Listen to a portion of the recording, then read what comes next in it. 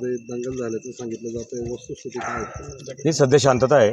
आम्हाला जेव्हा माहिती मिळाली आम्ही लगेच सगळे पूर्ण स्टाफ, धरणगावचा पूर्ण स्टाफ, पायदी स्टाफ, RCP आम्ही पोचलो आहे. काही प्रकार झाला आहे, काय घटना आहे? काही दुकानं वगैरे फुटले आहेत. आम्ही आरोपींचा शोध घेतो आहे. माननीय SP साहेब आहेत, IDC साहेब आहेत, DSP साहेब आहेत, आमचं पूर्ण स्टाफ आहे, RCP आहे. सध्या आता गावात शांतता आहे. आमचं बोलणं चालू आहे आणि ज्यांनी हे सगळं केलं आहे त्यांच्यावर सर्व गुन्हा दाखल होईल आणि कायदेशीर कारवाई होईल.